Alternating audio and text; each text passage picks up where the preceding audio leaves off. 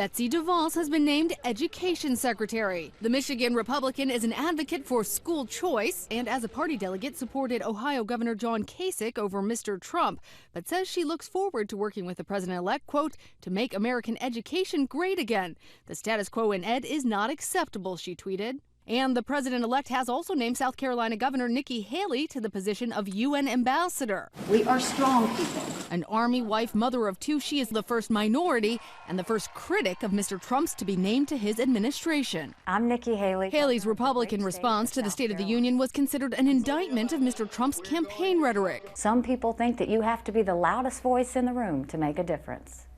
That's just not true. But Haley released this statement today. Quote, when the president believes you have a major contribution to make to the welfare of our nation and to our nation's standing in the world, that is a calling that is important to heed.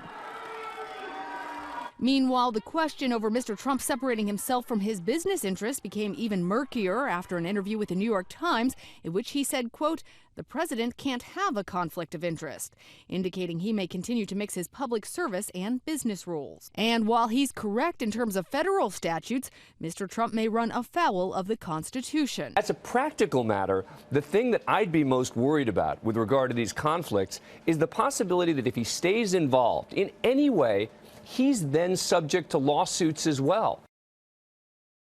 Meanwhile, a public battle is playing out over Secretary of State, with former General David Petraeus indicating he'd be interested in the position, and Rudy Giuliani and Mitt Romney are also said to be vying for the top post. Lana Zak, ABC News, Washington.